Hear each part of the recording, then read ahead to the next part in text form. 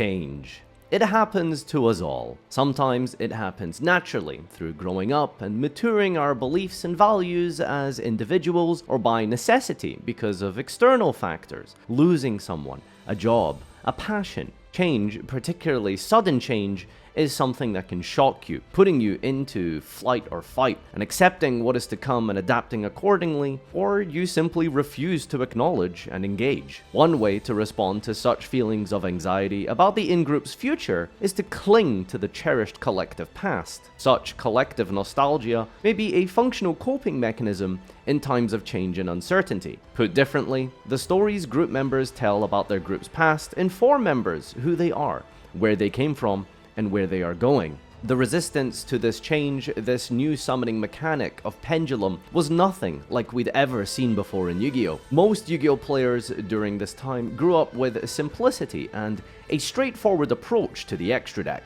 summoning a single monster, setting a trap and passing, and maybe, somewhere down the line, if the stars aligned, a fusion summon. The extra deck in Yu-Gi-Oh! Was, in principle and in concept, very straightforward.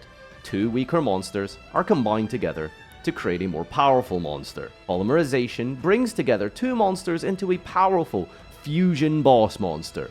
That has been the case since the beginning of the game, for the most part. Synchro summoning relaxed this general rule by allowing you to combine two monsters together without the need for a tertiary mechanism in place, the polymerization. Instead, you just simply put the two monsters together by adding up the levels. Provided one of its materials was a tuner, a special kind of monster, but resourcefully, technically, one less card than fusion summoning. And later on down the line, we got Xyz summoning, at its core following the same principles, combining less desirable monsters together to create a more powerful, more useful monster. This went even further than synchro summoning and relaxed the tertiary requirement even more. No polymerization, no tuner, just a level requirement, which is fairly generous because monsters in archetype usually tend to be of the same level as each other. Pendulums did nothing of the sort, completely throwing out these basic principles and core concepts of what it means to use the extra deck out the window. Pendulum summoning wasn't really about combining monsters, it was about producing a field and generating tempo with monsters that acted as spell cards. This was done via the Pendulum summon, a once per turn mechanic. In the same way that one player would receive a singular normal summon per turn, you would receive a Pendulum summon for your turn.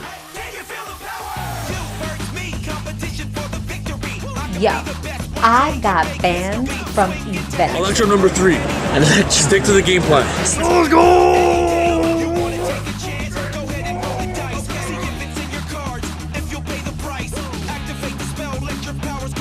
This is my third documentary in a row, every single month starting in December with the history of Firewall Dragon, and I hope by now that I have proven some consistency to be able to bring you this amazing content which takes a lot of time and effort. But the only way to make this sustainable is with your help via Patreon membership or YouTube channel membership, with all of these perks, subscription emotes, and a whole bunch of content that I'll be working on in the background for you to check out as well. I hope you've been enjoying them as I've enjoyed making them, but at the same time, in order to make this sustainable, I do need your assistance.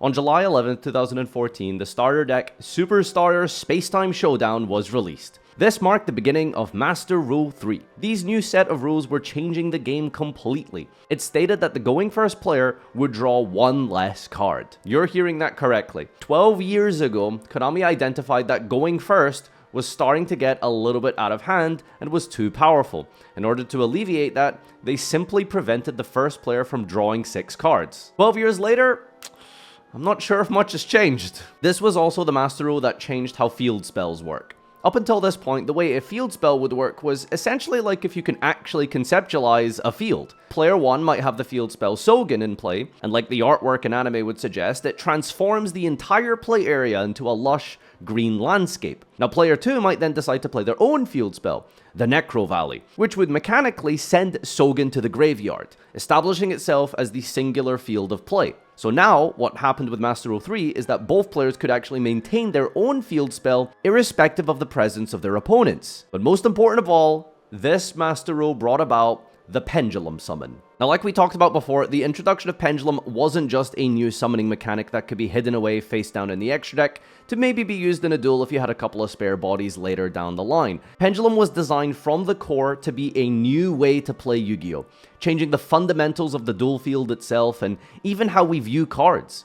You now have these pendulum zones, these very specifically dedicated rectangles on either side of your field, somewhere in between the monster, spell, and trap zone. And yes, they were their own unique zones. Combining them into the spell and trap zone is actually a later addition. So, what actually is a pendulum? A pendulum card is, for all intents and purposes, a monster card. However, it can also be treated as a spell and trap card in the pendulum zone. Now, these had two sets of boxes on the card where you could read the effect text of the card as a monster, but also having a pendulum scale effect. And you can kind of see where the potential for power creep could come from. If you just simply multiply the area of card text by 2, you can fill in more card text. And more card text means more effects. Not only could you have the ability to pull off a powerful pendulum monster effect on the field, you'd also be able to use it in its scale for a completely different effect. And speaking of scales, pendulums had these scale numbers that corresponded to the level of monsters that could be pendulum summoned. I can activate a pendulum monster in my left scale with scale number 3, and then another pendulum monster in my right scale with scale number 9. And from that point, I could pendulum summon any and all different monsters from my hand or face-up extra deck to the field. Another thing to note during this period in time was players theorized that maybe Konami would introduce card effects based off of the scale numbers or where they go. For example, if you put a scale on the left side, it might have a different effect compared to if it was on the right side. The closest thing we've had to toying with the effects of the scale number itself is maybe Solfa Chord, but at this point in time, they've never actually done anything with that. And so with the Pendulum Summon, the idea was that, well, now that you've established scales 3 and 9, you could potentially bring out, in one single fell swoop, the Dark Magician, Blue Eyes White Dragon, and Red Eyes Black Dragon, all at once from the hand with the correct scales in a Pendulum Summon. Now that sounds crazy, right? No, not really. While initially a lot of people thought that was the intention with pendulum scales, it was never going to be a competitively viable strategy in a real Yu-Gi-Oh! Tournament setting. Activating 2 scales that sit there and do nothing other than allowing the summon of a big monster from the hand, it didn't really cut it even by 2014 standards. The problem here is the mismatching of pendulum monsters with non-pendulum monsters. Nobody really knew what the purpose of a pendulum was in the early days because the cards just weren't good enough initially. You want these pendulum monsters to work together by bringing each other back from the face-up extra deck every turn, but unlike regular monsters, pendulums don't go to the graveyard. Pendulums, when destroyed, fused, synchroed, or link summoned away, go to the face-up extra deck, meaning that you can bring them back every single turn with your pendulum summon. Now, the only mechanic not to take advantage of this was Xyz summoning, as pendulum monsters that were overlaid would instead be sent to the graveyard as material. And unfortunately, you can't pendulum summon from the graveyard. At least, not yet. It took a while for players to realize that this was the design intention of pendulums, and that was how they would be broken and become a tier 1 strategy. But on release, they were just kind of useless. It would be a few months before we got pendulum monsters that were better than just Stargazer and Time Gazer. Players were more concerned about experimenting with going second more with the new draw rules, rather than whether or not it was worth putting these useless scales in your deck. But on November 6, 2014, the new core booster set New Challengers was released, and in it was a deck known as Clifforts, the first real attempt at a competitive pendulum archetype. Clifforts had the makings of a tier 1 deck. It was super consistent, it was fast, it could both be played as a combo deck or as a stun deck depending on the metagame, and it had access and synergy with some of the most powerful floodgates ever printed, Skill Drain and Vandy's Emptiness. Cliffort was a really unique deck. It had a powerful starter card called Cliffort Scout, which was not once per turn, and could be used in the Pendulum Zone for its effect, despite being a normal monster with no monster effect. Remember, pendulums have 2 boxes for card effects. Performapal Trampolinks could bounce the Cliffort Scout back to the hand and reactivate it to use again. It was not uncommon for Scout to resolve 2 or more times per turn. All the Cliffort monsters were also these little mini boss monsters. They were unaffected by monsters with a lower level or rank than them, so things like Shadow Scobata and Farfa at the time wouldn't be able to interact with them. The playstyle was a kind of tribute summon deck, but because of the way that pendulum summoning worked, you could set up tribute fodder really easily every turn. Cliffort, Carrier, and Helix, when tributed, would bounce a monster and pop a spell trap card, while in the process, if you summoned Cliffort Disc, it could summon 2 Clifforts from the deck, facilitating lots of removal and paving the way for a potential OTK. Now, the major downside to the Cliffort was that they could only be played together. All of their scale effects restricted special summoning except for Cliffort monsters. I suppose this was how they could balance Clifforts instead of being mixed in with a whole bunch of other random archetypes. Later that month, Cliffort would pick up the second most spots at YCS Anaheim. Traction was building and pendulums were becoming a formidable mechanic, carried on the backs of one of this era's big 3. The Clifforts. This would be known as the Duelist Alliance Triangle format. And if you want to find out more about this period, after this video, I'd recommend you go check out my Burning Abyss documentary that goes into detail over this time period and all of the decks mentioned. In December 2014 at YCS Milan, Daniela Stella managed to win the entire event with Clifforts, a hallmark victory that would plant the flag for the first of many Pendulum YCS wins to come. It was a really weird deck to observe because on the surface, some of the card choices made it look like a stun deck. Triple Emptiness, Skill Drain, even Pot of Duality. This doesn't seem like a conventional combo deck, or a way to perform a big, giant special summon of 5 monsters. But that's how unique Cliffort was in its win condition. Cliffort could even turn off its own Vanity's Emptiness by tributing over a monster equipped with their themed equip card, Cliffort Sacrifice, sending the emptiness to the graveyard and allowing them to perform a massive Pendulum summon. Cliffort was the first Pendulum deck that truly maximized the potential of what Pendulum summoning was intended to do. A full board of monsters swarm the field. They're then sacrificed for other monsters, all triggering powerful effects in the process, and then brought back again completely for free every single turn until your opponent was left completely depleted in resources or devastated by the overwhelming attack. I think Master Rule 3 Pendulum was so good because it was a different era of Yu-Gi-Oh! It was a lot less complicated than now, and if you were able to complete your scales, you literally just summoned 5 monsters for free every turn. That's just over 8,000 damage. You can attack all your opponent's monsters. Your guys are big. Well, with this deck at least, all your monsters are big, and it was just free 5 monsters every turn. The final event for the new Challengers format was YCS Charleston, and as we were slowly approaching a trajectory towards a Tier 0 Burning Abyss format with 19 spots to Dante, Cliffort still managed to maintain a degree of relevance with a respectable 8 total top cut spots altogether. Adam Hairston piloted a similar build to a top 8 finish, using a relatively standard list, except he decided to forego the skill drain completely, probably because Burning Abyss just didn't really care that much about it, but also utilizing a new tech card, Soul Transition, a trap which allows the user to tribute a Cliffort at any point in time and draw 2 cards, triggering the Cliffort's effects on the opponent's turn, like a carrier bouncing away a Dante on summon. Secret Forces was released on February 12, 2015, and it was a rough time for anyone not playing Nekroz. This was basically a Tier 0 format initially. The ritual powerhouse was unstoppable. Nekroz would continue to dominate for most of the year.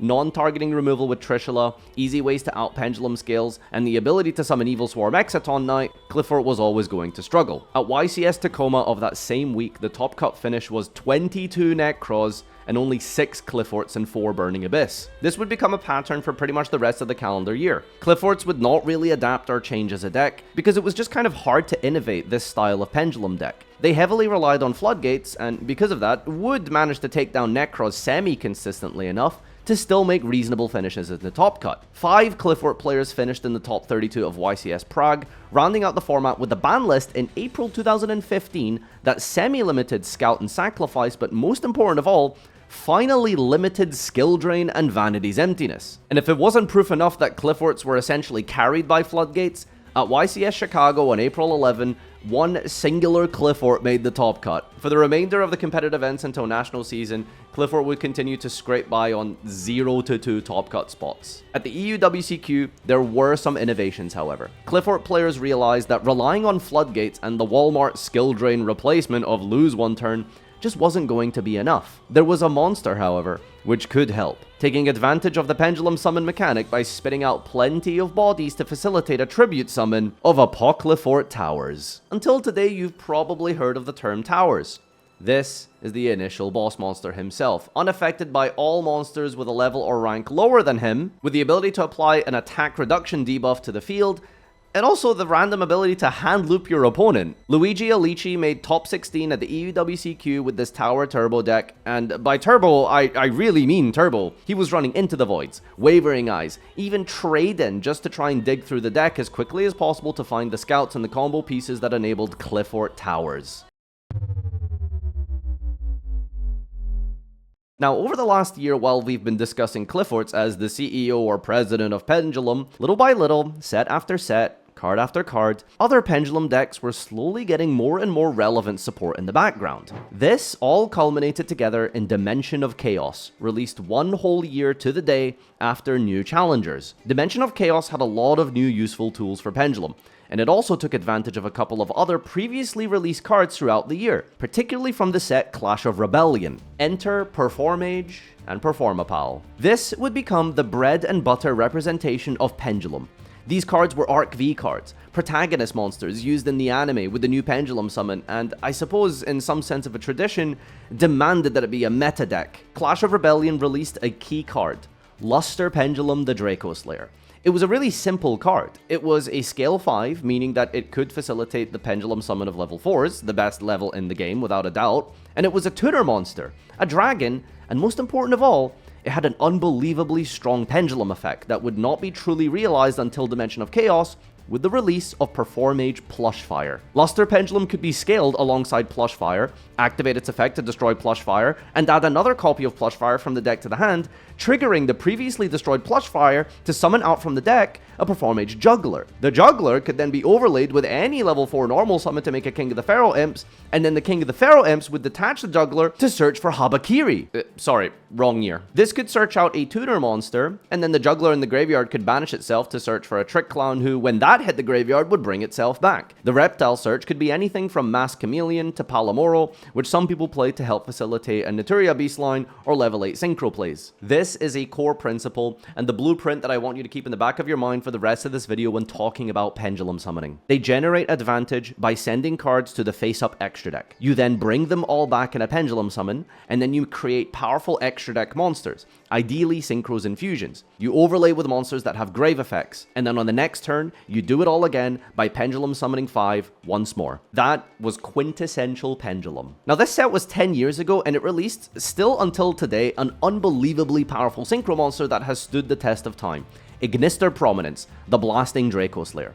This was a soft once per turn, level 8 synchro that summoned the guy from the deck, popped one of the Plushfires on your field, and also spun away an opponent's card without targeting. And yet you might be wondering why Pepe, that's what we're calling it, didn't get any tops at the YCS for this weekend. At YCS San Jose, apparently it was ruled at the event that Plushfire didn't trigger when destroyed and sent to the face-up extra deck. This completely killed the synergy between Luster Pendulum and Ignister, and the whole point of destroying your scales in Pendulum. That's where the synergy comes from. So apparently it was later corrected in round 2 onwards, but this must have drastically affected the performance of the deck. I mean, did all Pendulum players just begin X1 because Plushfire wasn't working? It was a very weird opening weekend, and with 0 tops, well, it did get immediately fixed very soon after at YCS Sao Paulo. In late November 2015, Performage Performapal would take a quarter of the top cut spots. This event also allowed us to see a glimpse of another Pendulum deck take a top cut spot, and that was Magispector.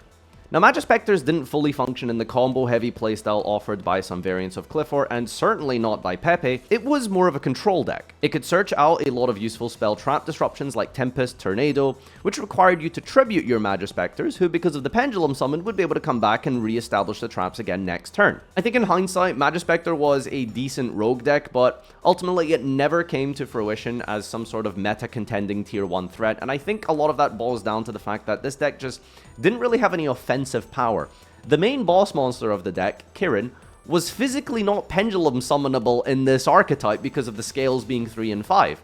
They made it so that the boss monster of this archetype had to be tribute summoned, which was just way too slow when you could just put Bumbuku and Kirin in other Pendulum decks with higher scale numbers and summon it for free. And what I also found very bizarre about Magispector is they had no scale effects. Why would you make an entire Pendulum archetype and not give them scale effects? It's like they purposefully designed this deck to be rogue.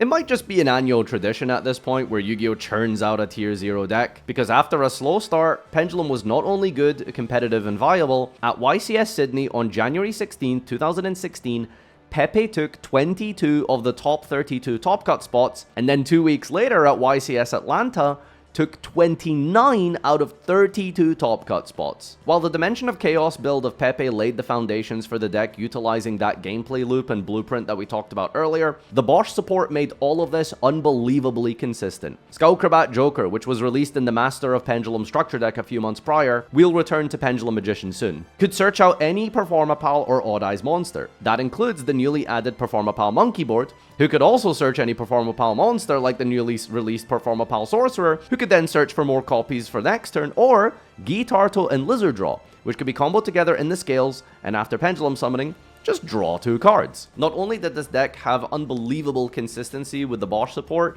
it now got a few major upgrades in its power. Breaker of Shadows released Cyber Dragon Infinity and Traptrix Rafflesia. So the end board now consisted of the full follow-up of the extra deck scales like Plush Fire and Luster Pendulum for Ignister, but you also had Treacherous Trap Hole to pop 2 monsters, and an Omni Negate with Cyber Dragon Infinity. The deck had easy access to Abyss Dweller and basically any good rank 4 monster ever printed too, like Castel for removal or Trapeze Magician for OTKs. There were no locks or restrictions. And then came the ban list. Not the Forbidden Limited list that you might conventionally know about. No, this was the adjusted list. This was a ban list with the caveat that locals would choose to not follow it, which seems weird because if anything, the local level is the one where you wouldn't want to see a tier 0 deck. And as far as I can recall from playing through this time period myself, no one followed this. It was basically just a ban list. I suppose it was a PR way of not calling it an emergency ban list when it really was. But that's how completely broken Pepe was with the Bosch support. 13 days after release, they had multiple hits. Konami banned Plush Fire, Damage Juggler, and Ptolemaeus, cutting off access to Cyber Dragon Infinity, and it also limited Skullcrabat Joker, Monkey Board, and Luster Pendulum. With Plushfire banned, Performage was dead. There was just no way to consistently bridge the engines together, and so, not really a new engine, but the replacement was a heavier Draco Slayer engine, which would then be incorporated into the strategy, hence the name, Draco Slayer Performapal, or Dracopals for short. People would start playing Painful Decision to access cards like Master and Vector Pendulum. Cards like Rescue Hamster and Rescue Rabbit would also begin to see play, since it could summon 2 normal Master Pendulums from the deck. Previously unplayed Performapals like Silver Claw and Second Donkey were incorporated, because cards like Pendulum Rising could be used to tutor out Sorcerer more consistently. And we even saw people incorporate Guiding Ariadne, with the ability to access and search for the Solemn cards. If there's one thing this deck is good at, it's popping its own scales, capitalizing on the whole destruction effect that the archetype became known for. The deck would also take on different forms with a build known as Dark Pendulum, because you could utilize tools like Armageddon Knight to send Shaddoll Dragon, and pop nasty cards like Anti-Spell Fragrance or Zephyros the Elite could also be used to bounce your Pendulum scales, reuse their effects, and allow you to make a rank 4 monster. At YCS Prague in February 2016, the top cut was heavily skewed towards Dracopals. They were the best deck by a significant margin, with 12 top cut spots to Cosmos 7, and then Monarch 6th, and 4 for Burning Abyss. The first place winner was also playing Dracopal, using all of the above mentioned tech cards and even Elder Entity Norden, which, with 3 copies of Instant Fusion, was an instant rank 4 play. The next month at YCS Vegas, there were 15 Dracopal tops to Cosmos 9 in second place, and still, the victor, Adam Belaradsky, was once again running Dracopal, main decking the Ariadne engine. And it was the same story at YCS San Jose. Over half the top cut was Dracopals. The final victory for Dracopal came at YCS Houston on April 10th, 2016, the day before a ban list, and it won with significant power. 13 top cut spots, with only Phantom Knight Burning Abyss trailing behind at 7 spots altogether. This ban list incorporated all of the changes mentioned on the previous adjusted list, but it also had even more hits to Pendulum, like banning Wavering Eyes, and limiting Ignister prominence, and Draco Face-Off, the quick play spell that allowed the Draco Slayers to get onto the board so easily. As we say goodbye to Wavering Eyes, I'd like to give a little anecdote about the importance of this card for the format, despite not being a Pendulum or even searchable. Well, kind of. Wavering Eyes caused what is known as the Wavering Wars. It was a quick play spell card that has 4 effects that you can activate in sequence depending on how many Pendulum scales were destroyed. If you activate Wavering Eyes and destroy 1 scale, it burns your opponent for 500 damage. If you destroy 2 scales, it burns for 500 damage and then also adds any Pendulum monster from your deck to your hand. This would be one of the earlier ways in which you could easily search for or trigger Plush Fire, or as part of that initial gameplay loop we talked about, by filling up the extra deck for a big Pendulum summon. Now, the interesting thing is, past these 2 effects, it had a use for the mirror match, because if you activated Wavering Eyes and destroyed 3 Pendulum scales on the field, it would burn, add, and now also banish a card on the field without targeting.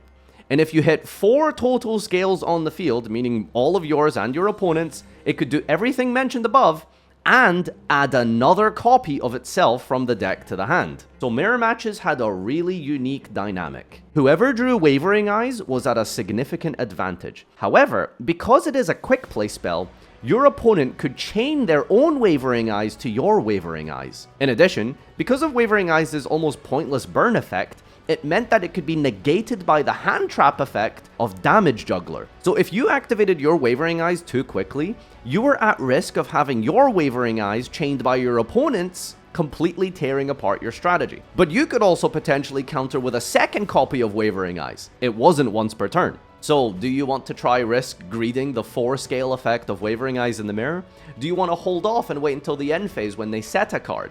Or would you rather prevent them from even trying to get to a Pendulum summon in the first place, but you risk running into their Wavering Eyes or Juggler? These were the type of questions players would ask themselves in a mirror match during the Wavering Wars.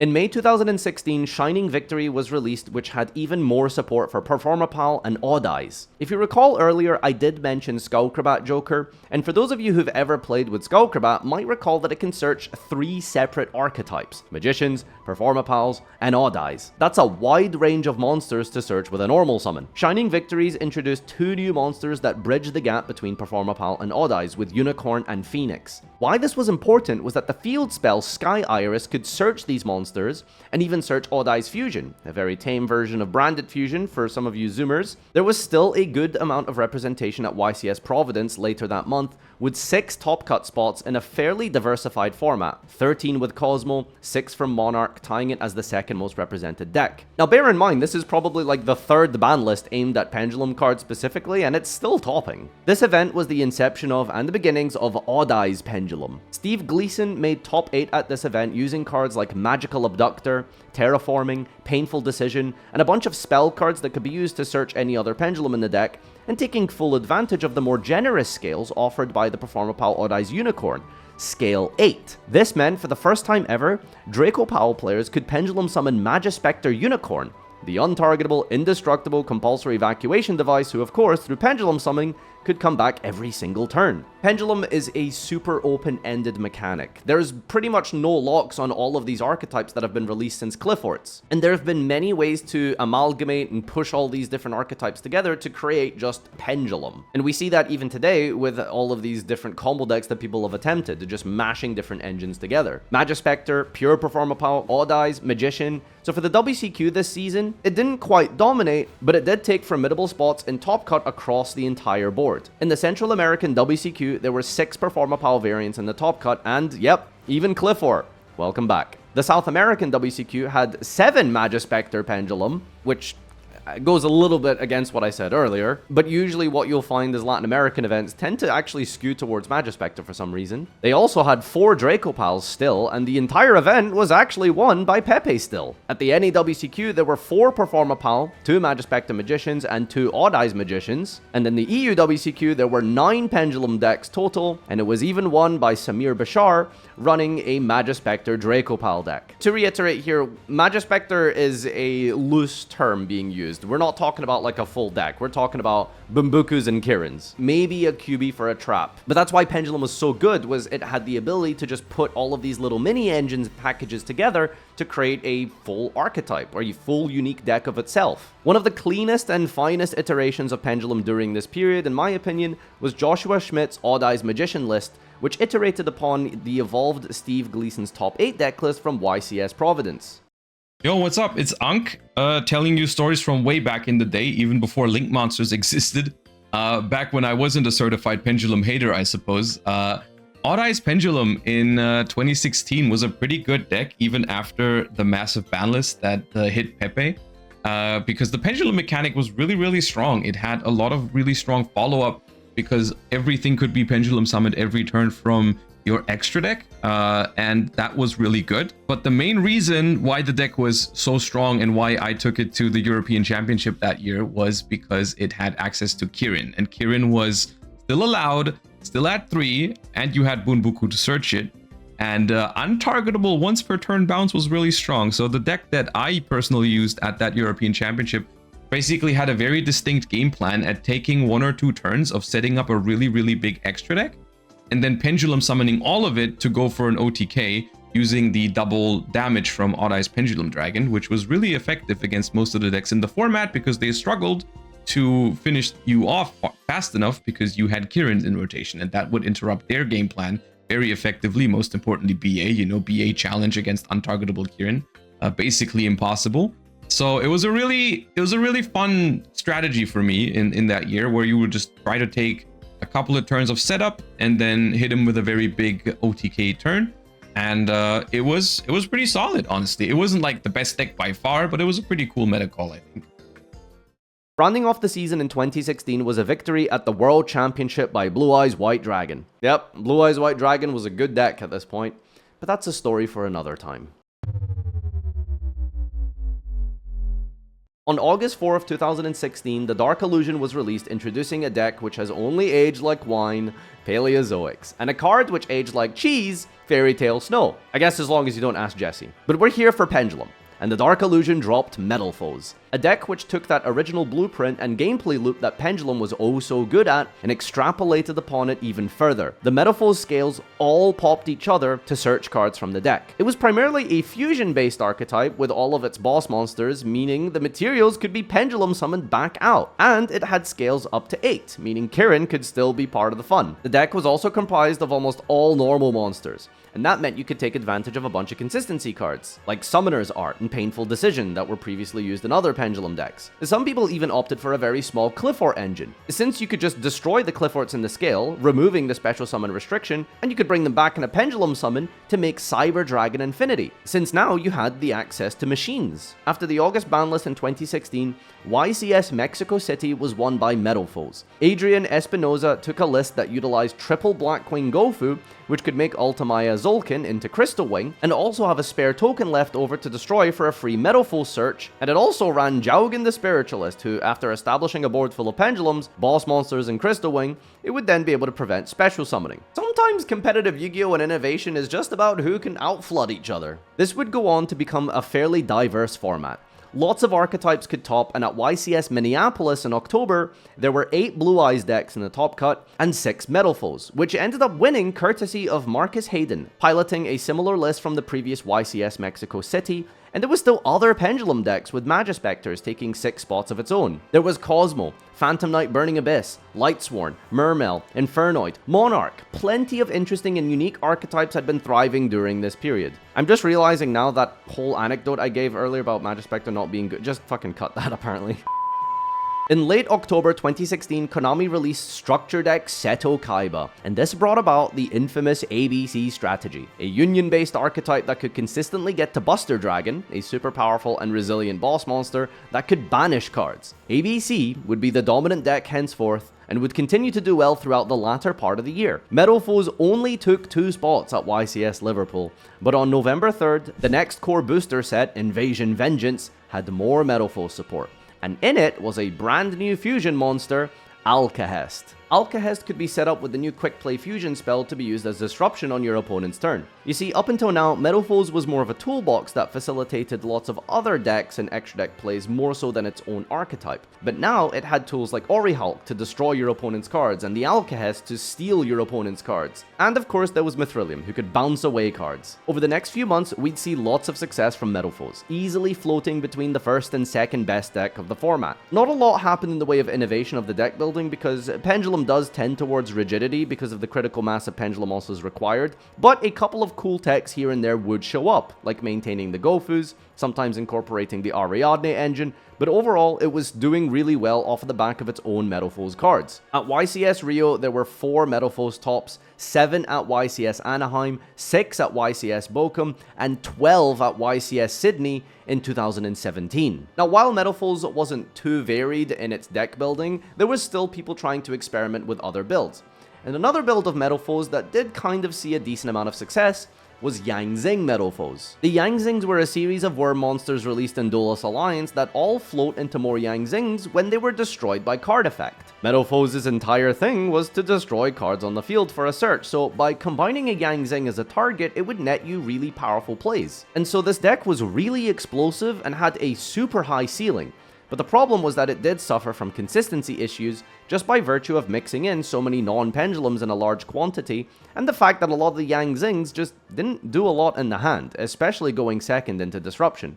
The main playmaker was Jiaotu, which required you to discard 2 Yang Zings for cost, and as you can imagine, that was very susceptible to Disruption. This was truly a glass cannon version of a combo deck. A little before the release of Raging Tempest, we had a structure deck, Pendulum Domination, on January 19th of 2017. This was a DDD themed structure, and it was actually a great deck on release, but I feel like the name Pendulum Domination is in name only. This version of DDD is weird because while they called it Pendulum Domination, if you actually played during this time, and I did actually play DDD a bit during this period, it's really a synchro spam deck. It had some Pendulum monsters like Ragnarok and Thomas and Kepler, but you wouldn't really scale them or primarily be using them for Pendulum summons. The whole playmaking of the deck comes from spamming Lamia as many times as possible, looping it to go into things like Alexander, Crystal Wing, usually maintained by cards like Genghis. I don't remember Pendulum summoning personally, at least not in this version of DDD. Regardless, it was all irrelevant because literally 2 weeks later, the set Raging Tempest dropped, which contained the Zodiacs, another Tier 0 deck. Yep, we're here again. The release of Zodiac shut down every other Yu-Gi-Oh deck overnight. With the ridiculous turn 1 combo plays, grind game, resource management, nothing could challenge Zodiacs except, well, I guess unless you just simply joined them. We saw Kaiju variants, Invoked variants, Infernoid mixtures, and even people playing the newly released Grass Looks Greener. At the first YCS of the format on February 19, 2017, Nicholas Fantas Reininger got top 32 playing Zodiac Metalfoes. It was not really that different from the standard Metalfoes deck. You were still doing your Alcahest plays, clearing with Mithrilium, popping with fusing off the Orihulk, but you also now had the ability to incorporate the Zodiac engine, which was a 1-card combo that could set up a Dryden and another rank 4 monster. You could draw a card with Emerald, you could clear cards with Castel, and if you had access to Rapier already, the Terratops could even be used to summon Totem Bird, which negated a spell or trap. On top of that, there was another tech card that became fairly popular, Coach Soldier Bearman. Because Zodiacs could search literally any Beast Warrior in the entire game, if you opened with Barrage or Terratop, you could use your normal summon on Coach Soldier Bearman, make all your Rapiers level 8, and then overlay into Giant Trainer, drawing 3 cards. All of this without performing a Pendulum summon. Another card that really took off during this time period for Metalfoes was Balbaboon. Balbaboon was a level 3 monster that on summon could mulligan a card.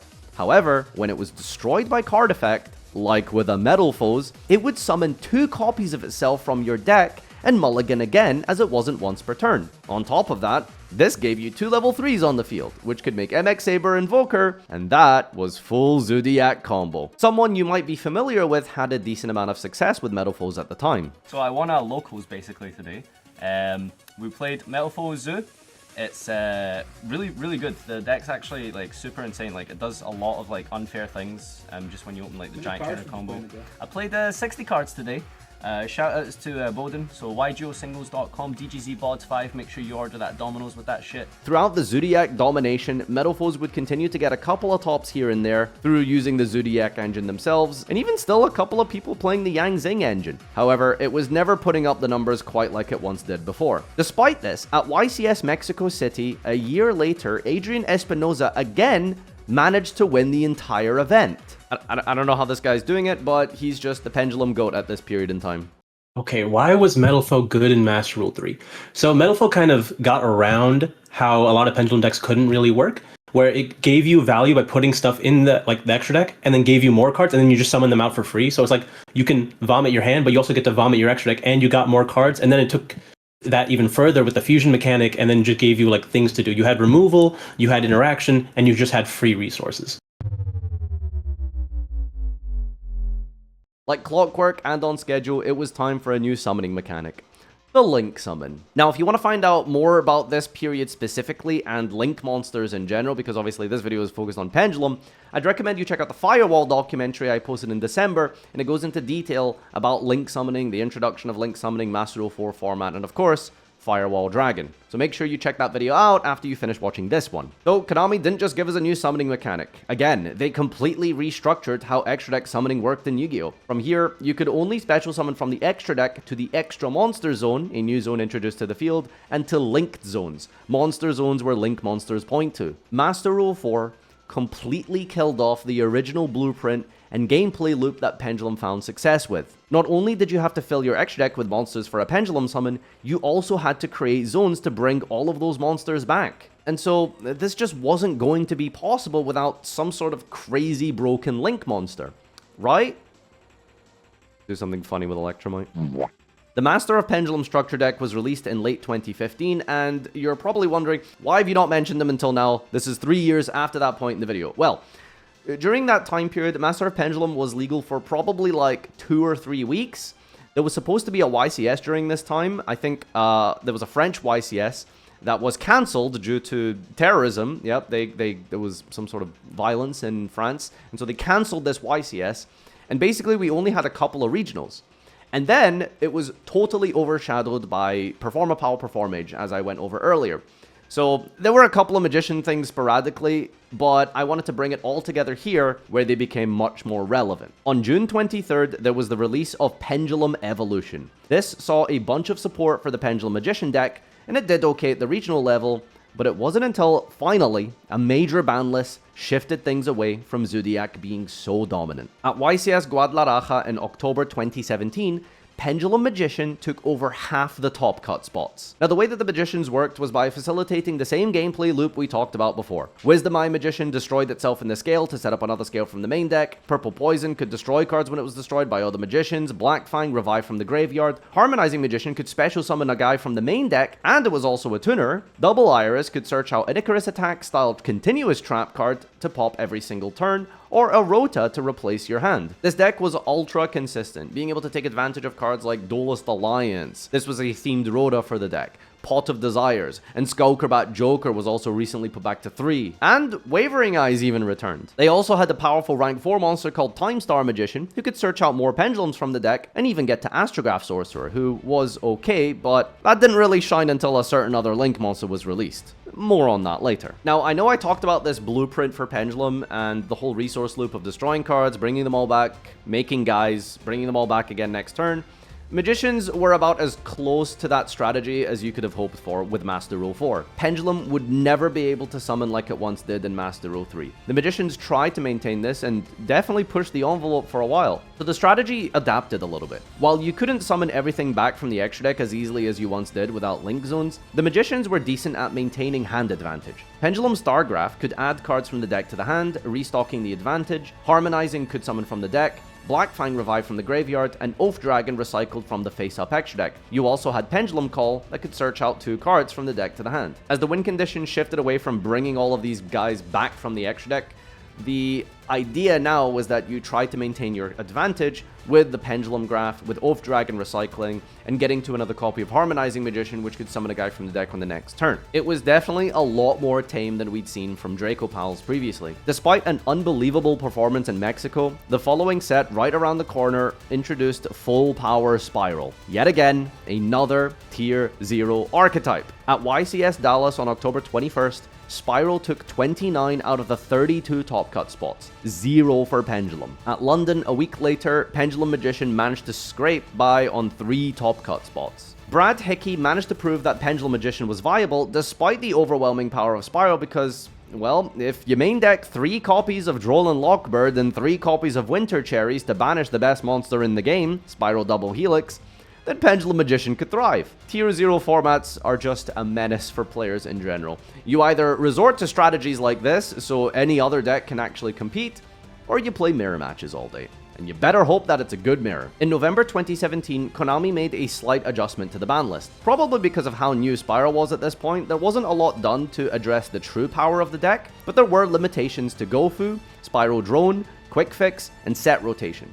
There was a decent amount of consistency hits here, but the deck would still be more than capable of maintaining its spot as the best deck of the format. At YCS San Diego in December, Pendulum Magician took a respectable 6 spots in Top Cut, with one of them even being played alongside Spiral. Supreme King Dragon Starving Venom is a fusion monster that requires 2 Dark Pendulums to contact fuse into. And so what you could do is use the Pendulums to copy Double Helix in the graveyard and do more Spiral plays. This would definitely be an anomaly, and no one ever managed to make it work again, but it was worth bringing up anyway for an addendum to Magicians. The last event of the format was YCS Melbourne in January 2018. Magicians would only take a singular spot in Top Cut. The playstyle and win condition of Magician never evolved during this time period. It's not like it was a bad deck or anything, it's just that the Pendulum strategy tended to be very rigid in what it's designed to do, and more often than not, without an entire change of archetype or some sort of new support, it was just always doing what it did before. Pendulums were in the dirt, they were down bad, they were dwindling in numbers, and people were beginning to drop the deck. There had to be a savior, some kind of support, a card from anywhere to help the deck be relevant again. Had Master Rule 4 truly killed off Pendulum summoning, or was there some support around the corner?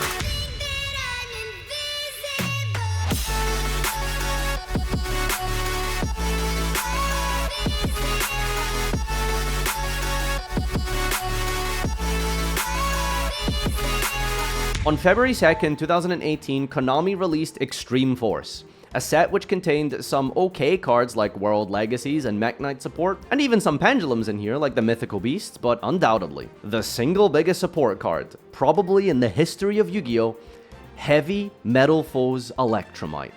A Link 2 monster that was a literal custom card for Pendulum. Heavy Metal Foes Electromite required 2 Pendulum monsters for its Link summon, and upon being Link summoned, could immediately send 1 Pendulum monster from the main deck to the face-up extra deck. And as you've probably gathered by now, the face-up extra deck is pretty much the second hand for Pendulum. The next effect was that it could also destroy a face-up card on the field to add a face-up extra deck monster to the hand, like one of the Magicians, who could then trigger its effect. And nothing I've mentioned so far is once per turn. You could summon multiple Electromites in a single turn, send 3 from the deck to the extra, and then add all of them back. Oh, but it did have a once per turn effect, actually.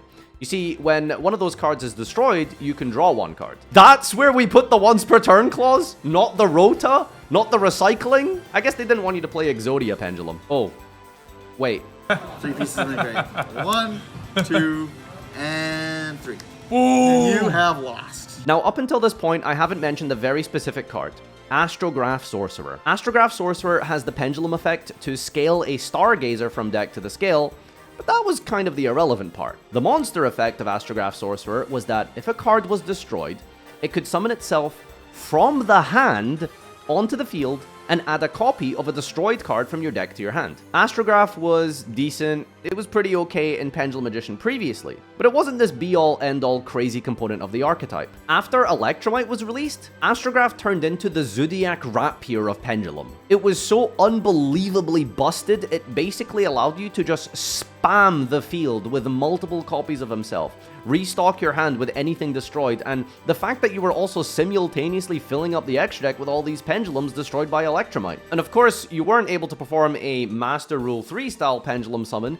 The sheer amount of hand advantage and the ability to spam the board and create arrows with things like Sir Yugioh just helped facilitate a big Pendulum summon regardless. At YCS Atlanta in February 2018, after the release of Extreme Force, Pendulum completely dominated. It took 17 top cut spots in total, and was only trailed behind by Trickstar with 5 total spots. Jeremy Mitchell took first place at the event, and there was still a lot of similarities to the original Magician deck before, except now you wanted to play an entire set of Astrograph Sorcerer because of the Electromite interaction, and you could also now play Chronograph Sorcerer. Chronograph Sorcerer alongside Dark Worm with Dragon Shrine or discard from the Pendulum Call, or with an Astrograph in hand, could set you up for an Electromite play before your Pendulum summon. Because ideally what you'd want to do is put up as many bodies as possible pre-Pendulum summon, and that was easily facilitated by Astrograph Sorcerer with Electromite. You wanted to create space with all of the arrows to do a large Pendulum summon and end on powerful boss monsters, like for example Time Star Magician with the trap set.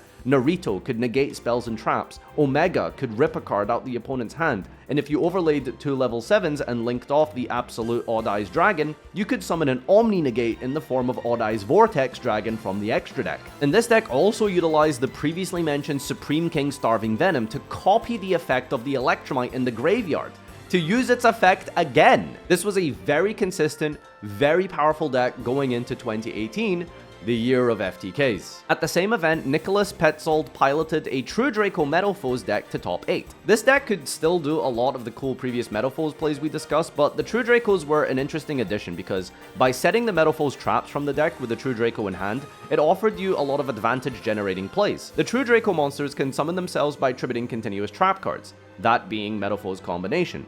Metalfoes Combination, when sent to the graveyard, would add a Metalfoes card from deck to hand. So this was a great target to tribute or destroy with the True Draco field spell, Dragonic Diagram.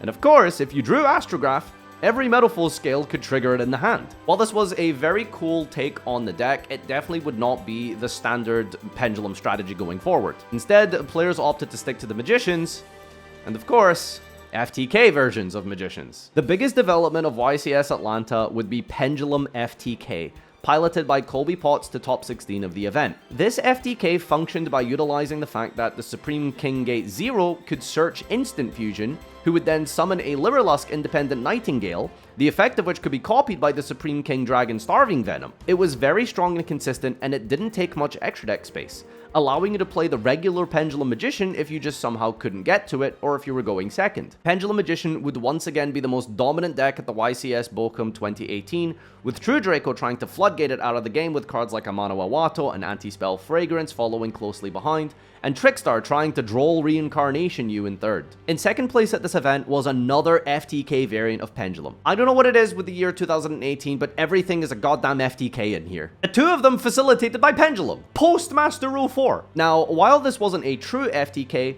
we did see the emergence of a card called S0 Utopic Zexal. Now, the way that this worked was by summoning Beatrice, a Lady of the Eternal, a rank 6 monster. You could use her effect to send from the deck to the graveyard, rank up Magic Argent Chaos Force, and upon summoning a rank 5 or higher Xyz monster later, usually Absolute Dragon, the rank up magic could add itself from the grave to the hand. After that, you would make a vanilla Utopia monster in the big 2018, and you would be able to rank it up into S0 by discarding the rank up magic you just sent to the graveyard. And S0 had a very simple effect.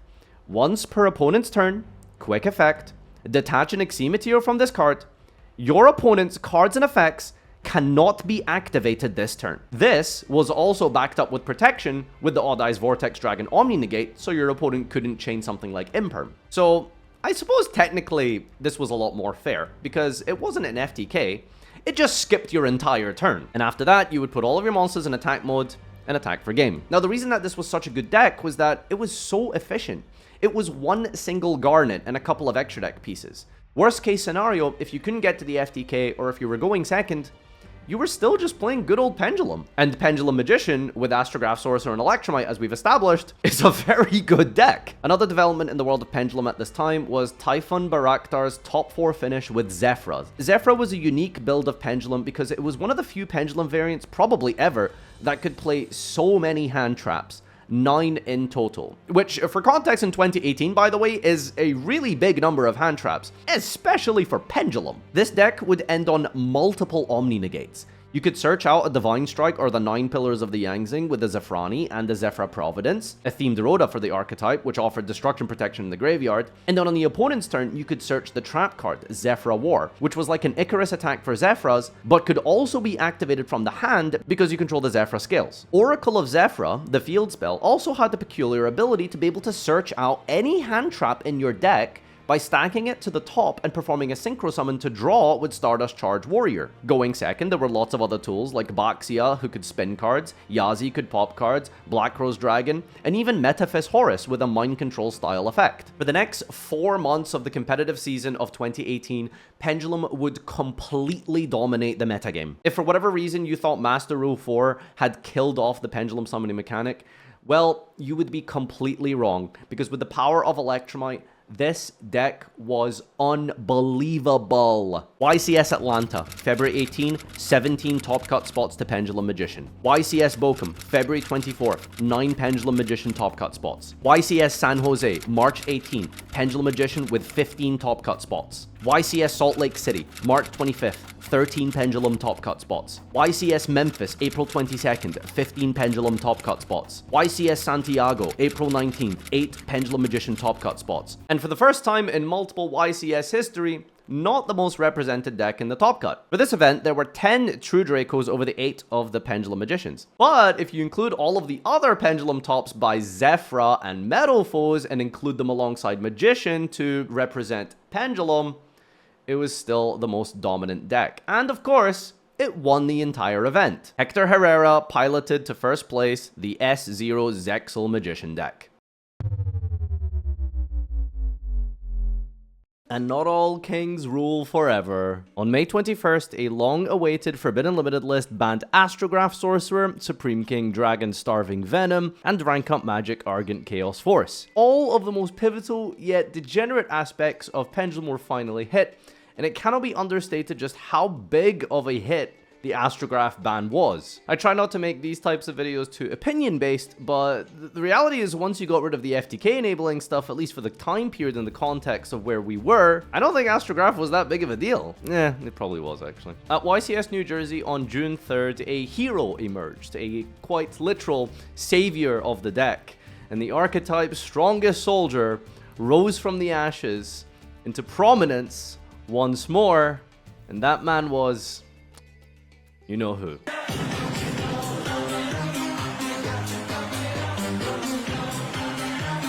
At YCS Secaucus on June 3rd, Steven Trivanovsky was the single Pendulum player left piloting the deck. After the May 2018 ban list, I was the only person in Yu-Gi-Oh world that still believed Pendulum was still the best deck. You were able to stick to the game plan, my very first tattoo ever, and just make 3 Electromites and win the game on the spot. In a format with Trickstar Garbage Striker, which was the freest win ever, that was the freest top of all time. And the reason I topped YCS Secaucus is because I had the largest caucus. That's why I decided to continually play Pendulums after the May 2018 ban list. It was simply the best deck. As powerful as Triff's deck was, and as hyped as anyone could make a deck, unfortunately, Pendulum would never really recover it from this point onwards to the numbers that it once put up during this time period ever again. Now, that being said, at the South American WCQ, the deck did take 3 top cut spots, and somehow, some way, made it all the way to first place by Jefferson Salas. And the reality is, the deck took a lot of hits, but it's not like there was anything left to pivot to. There wasn't some other sleeper Pendulum archetype lying in wait, ready to come to the forefront of the metagame or something. No, Metal Foes was essentially dead because of Master 04, and same with Magispectors. Well, we were just plain Pendulum Magician, but worse. Astrograph was a powerful card, and there was nothing to replace it like for like, but in the same way Triff did, Salas incorporated the Mythical Beasts, playing 3 copies of Master Cerberus, which gave you access to a Molson Negate through Jackal King, and it helped to set up Electromite pre-Pendulum Summon.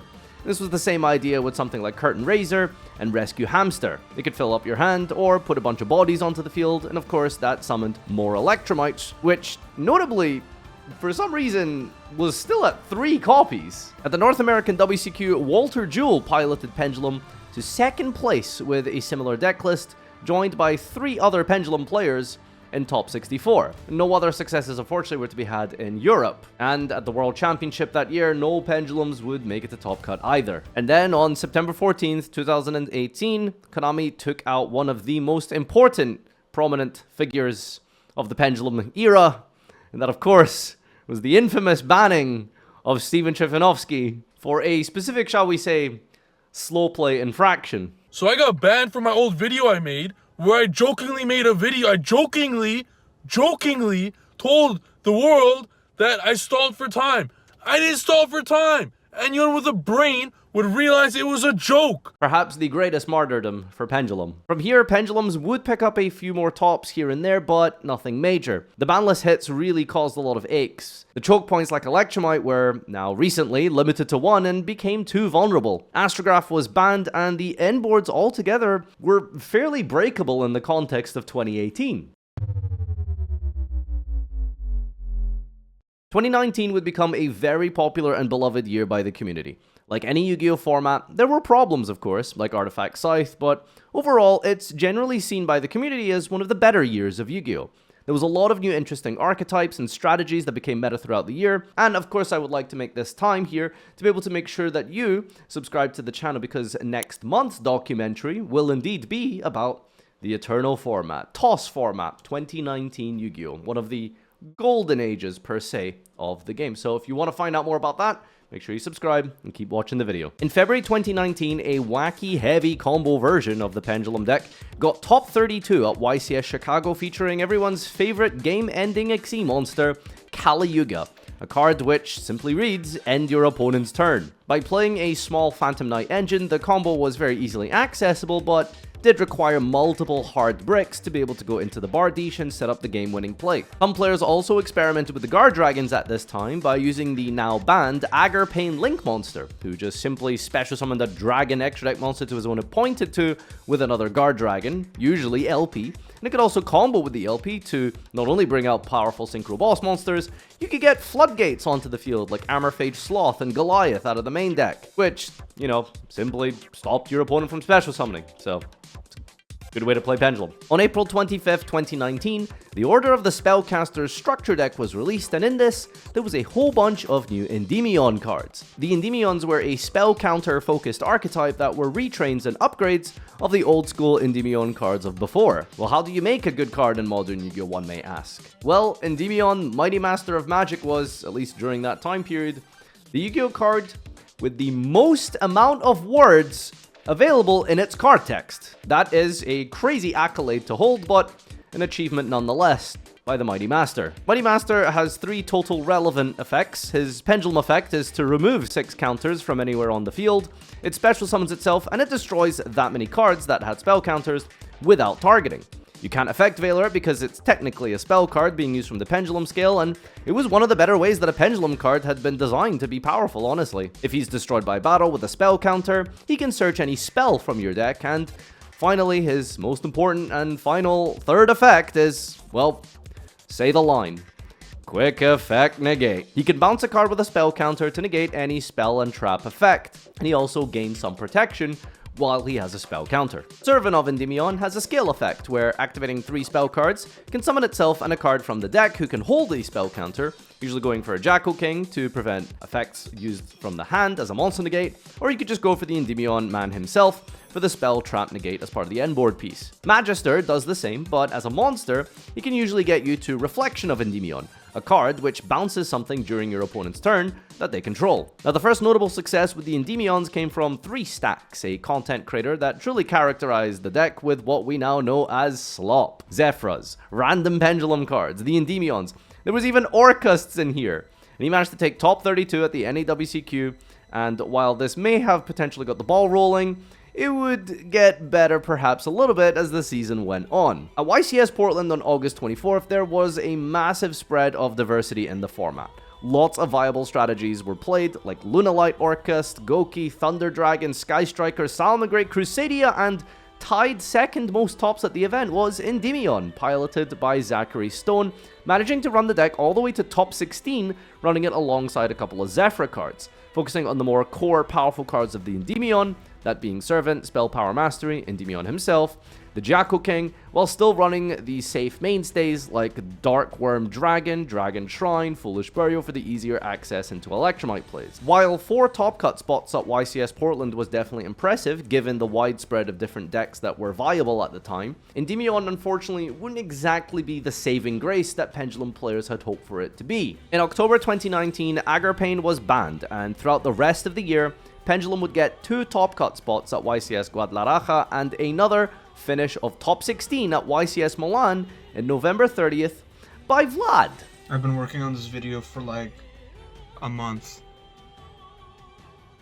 Please help. 2 Pendulum players took top cut spots at YCS Sydney on January 2020, just before the ban list, where Electromite was finally banned. Now, it's not often we get explanations about why certain cards get hit, particularly in the TCG. In fact, we're very notorious for having very little communication with that regard, and for the most part, whenever cards are hit in the TCG, we kind of just have to interpret it based off of our own guesswork. But there was a feature match at YCS Vegas, I think many years later at some point, and Jerome McHale, specifically one of the R&D team heads for the Yu-Gi-Oh! TCG, actually gave a little bit of a monologue of sorts during a live stream, specifically talking about Electromite, and at least from his perspective, why Electromite remains banned until today. The thing with Heavy Metal Foes Electromite is that it often led Pendulum decks to all being the same deck. Right. You just play all of the very best Pendulum cards all in the same deck, because that's just kind of the way that the Pendulum mechanic works a lot of the times. But taking out Heavy Metal Foes Electromite in particular, because of how easy You can search it made anything. everything, Yeah. it just kind of undid a lot of the challenges you're supposed to go through when you're playing Pendulum. Yep. And as a result, what we've seen is that it's split the Pendulum decks up into all the different ones. So you'll have the Magician decks, the Endymion Mythical Beast decks, the Clifford decks. All the different decks have now been splintered back into their component parts. Right. So it's very nice to see, the decks being played as they were intended. Celine, Queen of the Master Magicians, was released in March 2020, which gave some help to Pendulum, but for the most part, wasn't really what the deck needed. Pendulum still didn't really have a fantastic normal summon. The extenders and special summons like Curtain Raiser and Darkworm were really starting to feel their age, and remember, this is the point in the game where power creep really reared its ugly head once again. Decks became more and more combo focused, with multiple different 1-2 card interactions, and players were thus forced to run hand traps. Lots and lots of hand traps. Which, in the context of Pendulum, is completely antithetical to how the mechanic works. As we've mentioned many times throughout this video so far, Pendulums want to work together. They want to be synergized with one another through their various scale effects, through just having sheer raw card economy, and hand traps take away from that completely. It's not to say that Pendulums have never used hand traps, but the more hand traps you use in order to stop your opponent from going first, well, it just makes your turn 2 really fragile with such a low count of actual engine pieces. Throughout these years, because of the COVID pandemic, Yu-Gi-Oh! Events were cancelled around the world. Locals were at a standstill in person, regionals and YCSs would be offline for over a year, and so the performance of Yu-Gi-Oh! Decks in general during this time period should be taken with a grain of salt.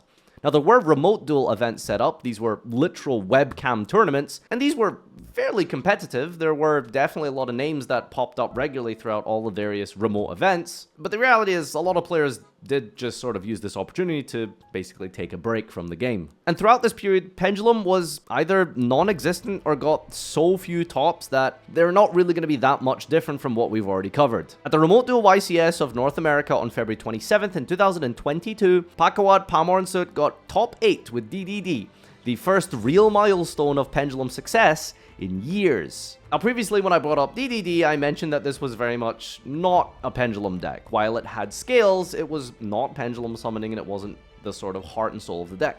With the new support recently during this time period, Pendulum summoning was very much part of the DDD archetype, and in fact what you'll find is even the more recent support until today, the deck Pendulum summons twice with some of the new support. I know, it's crazy. And the deck still isn't, like, meta, by the way. Anyway, that's a complaint for a different video. This version of DDD that pack topped with did, in fact, utilize Pendulum summoning and numerous Pendulum monsters in the process. While only DDDs, it was still Pendulum. You could definitely call this deck a pen deck. The biggest benefit of DDD, and even until today with some of its newer support, is the ability to play hand traps. 1 to 2 card combos now became standard. Not just standard like they were years before, but truly were the full combo line that a deck was capable of. Even a Pendulum deck like DD could get everything it needed from the deck with just 2 card interactions, and of course, this meant that it created a lot of space in the main deck for non-engine to help going second, the biggest struggle that Pendulums had. At YCS Charlotte on April 9th, 2022, DD would sadly miss out on Top Cut,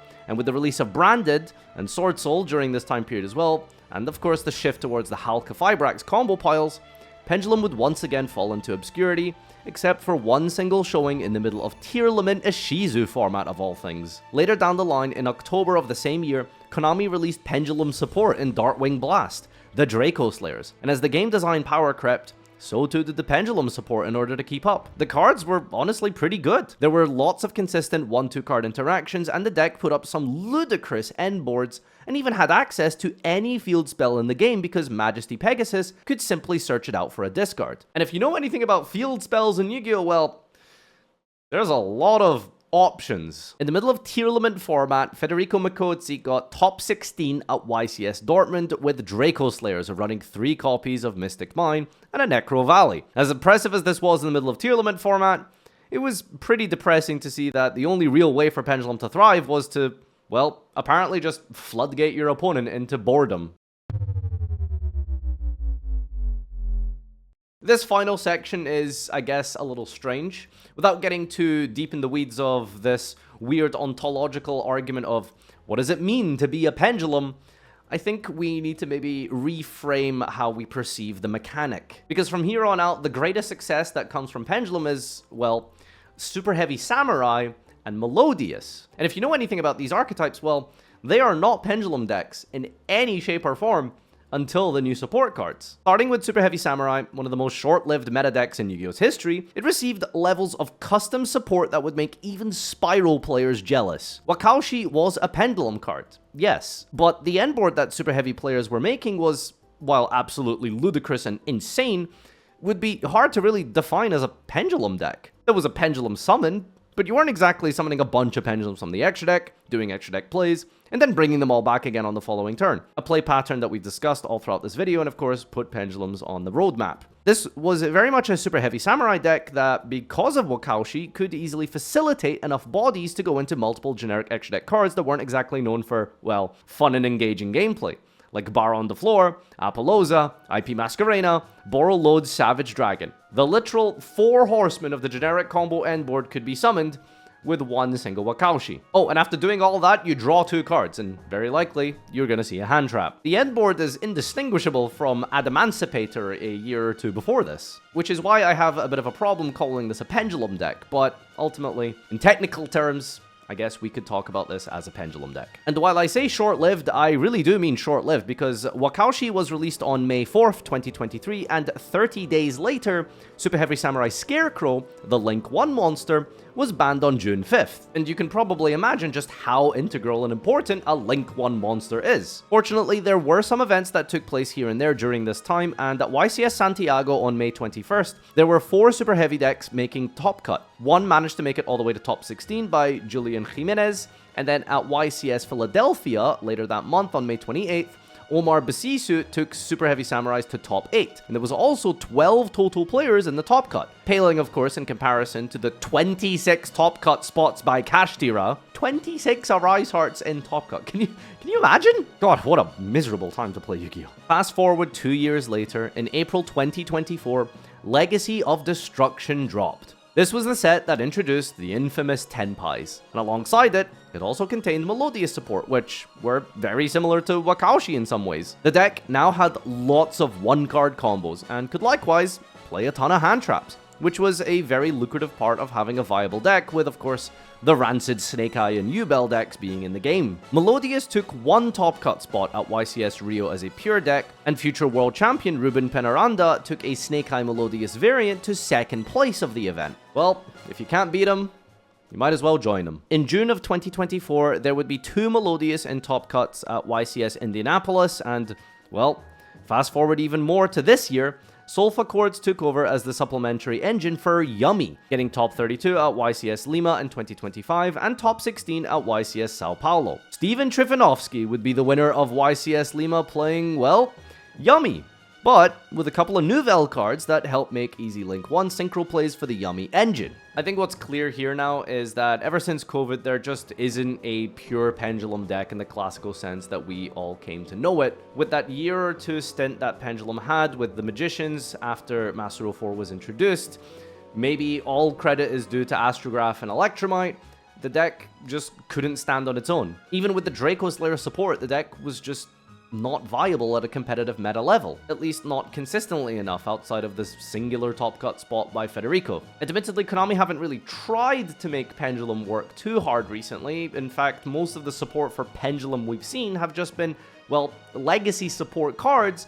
for non-Pendulum decks historically. Whatever you might think about Pendulums, what is very clear is that the mechanic has become a shadow of its former self. It has taken on multiple different identities, like an actual pure Pendulum deck, an FTK enabler, a floodgate searcher, and more recently, more of a supplementary engine, or an array of support cards. While this video is chronicling the TCG parts of Pendulum and focusing more on the competitive Pendulum decks and the decks that actually saw real success, there is of course a whole bunch of other archetypes that you can name that I haven't covered in this video. Nimlyria is an interesting way to perceive Pendulums, but a deck that doesn't really do Pendulum summons. Valance is another deck which saw some success in Master Duel as a very heavy combo version, utilizing some of the Draco Slayers and essentially just being this Pendulum pile that did well in a Duelist Cup a couple years ago. But I think the most important thing here is that there isn't like a raw Pendulum archetype or deck that is getting real consistent success throughout this game's period post-COVID. And I think a big question arises from all of this, and it's, well, what is the purpose of a Pendulum card today? Konami have given us multiple different takes on what that means, but nothing seems to have really stuck. Valmonica is another Pendulum deck that does Pendulum summons, and we've seen moderate success in the Master Duel rank ladder as a decent tier 3 deck, utilizing familiar mechanics previously, like the counters enjoyed by Endymion, and yet this deck sadly just comes under the umbrella of far too fair. But I think maybe that's the problem with Pendulum.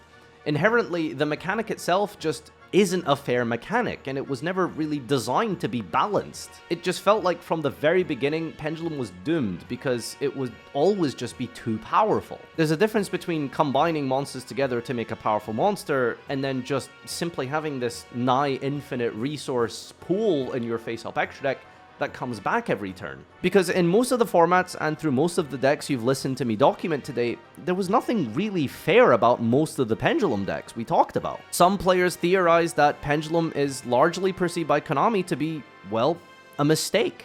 A genuine blunder and power creep in card design that they have regretted ever since, with the biggest proof of that argument being the Master Rule changes in 2017. And the reason that theory kind of makes sense is the Master Rule revisions in 2020, because they pulled back on all of the restrictions for Fusion, Synchro, and Xyz summoning, but they never pulled back on the Pendulum restrictions. Whether Pendulum was a mistake or whether Pendulum has a future or not remains to be truly actualized. There is a possibility that we can see Master Rule 3 Pendulum summoning again. It is possible. Konami could theoretically make something like a Malice-style Pendulum archetype that focuses on banishing each other, banishing cards from the deck, and the scales would simply read something like, you can Pendulum summon monsters from your banishment. This would completely ignore the extra deck requirements of the Link Zone arrows, but that is a custom fan theory nobody wants to hear. Probably, maybe, I don't know, some of you might like that. A line of text concocted up only by the truly deranged. Maybe Pendulum will continue to serve as support cards for other archetypes in the same way Melodious and Super Heavy Samurai have set the precedent for. Maybe Endymions can make a resurgence again in the future with a full new wave of support someday. Perhaps the new Astrograph Sorcerer retrain that was revealed semi-recently can save Pendulum from modern post-COVID obscurity. For dedicated Pendulum players in 2026, a sad reality has to be faced. Old Pendulum summoning is never coming back. How much of that core identity are you willing to sacrifice? In hindsight, I think Master Rule 3 Pendulum was probably an era we can leave in the past. I don't think you could ever... Like, Yugioh has changed now, I will say, but still the idea of summoning 5 monsters for free every turn is probably way too good. I know Konami agreed because they fixed it soon after, but I think that's definitely, it's one of those things where if it were to come back, I realize everyone would probably realize it was a mistake, so it's like a let's not and say we didn't kind of thing. Do I think the Master Rule 3 Pendulums can come back? Yes, I can. And I might be being a little biased here, but who's playing Pendulums these days? Craft, the only Pendulum deck that people actually might play, doesn't even pen summon. So what I see happening is a Master Rule 6. It's called the same thing as Master Rule 3, but we get 4 scales.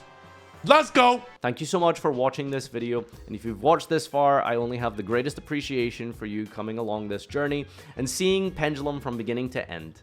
It's been a long journey and it's been a hell of a road. As someone who's played this game for more than 10 years, Pendulum, for large parts of this game's time period, were probably my favorite summoning mechanic, but as I mentioned many times throughout this video, I think that old style of Pendulum summoning is just perhaps dead in the water. This is technically the documentary for February, but I hope you can, give some leeway for that, because of course this video was just a complete behemoth in and of itself. So shout outs to the editor, script writers, all the interviewees, special thanks to all involved with the making of this. There is a lot of cost associated with these type of videos, and it would mean the world to me if you could consider supplementing this with a Patreon membership. There's YouTube channel memberships, Twitch Prime over on my streams where I stream daily, twitch.tv/Farfa.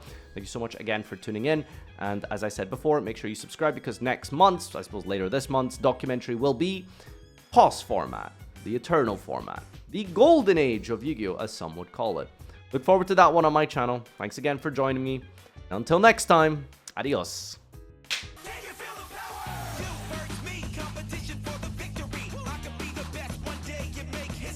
Put this shit too in the documentary. Farfa. Yep. You were the worst Pendulum player I've ever seen. Farfa played Dracopal. Farfa played Dracopal. Every time I would see Farfa play Dracopal on stream, I puked in my mouth and re-swallowed it. It was disgusting.